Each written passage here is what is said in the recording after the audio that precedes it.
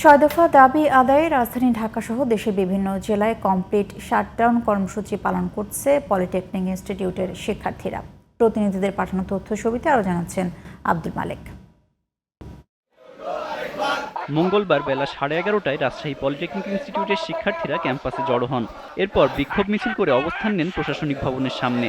দাবি পূরণ না হওয়া পর্যন্ত বিভিন্ন কর্মসূচি পালন করা হবে বলে জানিয়েছেন আন্দোলনকারী শিক্ষার্থীরা। ময়মনসিংহে কলেজ গেটে তালা ঝুলিয়ে কর্মসূচি পালন করেছেন শিক্ষার্থীরা। দাবি বাস্তবায়নের লক্ষ্যে রূপরেখা প্রণয়ন না করা পর্যন্ত আন্দোলন চালিয়ে যাওয়ার কথা বলেন তারা। কুমিল্লাতেও বেলা 11টার দিকে পলিটেকনিক ইনস্টিটিউটে তালা ঝুলিয়ে কর্মসূচি পালন করেছেন শিক্ষার্থীরা। দেশের অন্যান্য প্রতিষ্ঠানের সাথে সামঞ্জস্য রেখে লক্ষ্মীপুরেও শাটডাউন কর্মসূচি পালন করেছে শিক্ষার্থীরা। দাবি আদায় না হওয়া পর্যন্ত আরও কঠোর আন্দোলনের হুঁশিয়ারি দেন তারাও। ফরিদপুরেও দাবি বাস্তবায়ন না হওয়া পর্যন্ত শাটডাউন কর্মসূচি অব্যাহত রাখার কথা বলেন আন্দোলনকারীরা।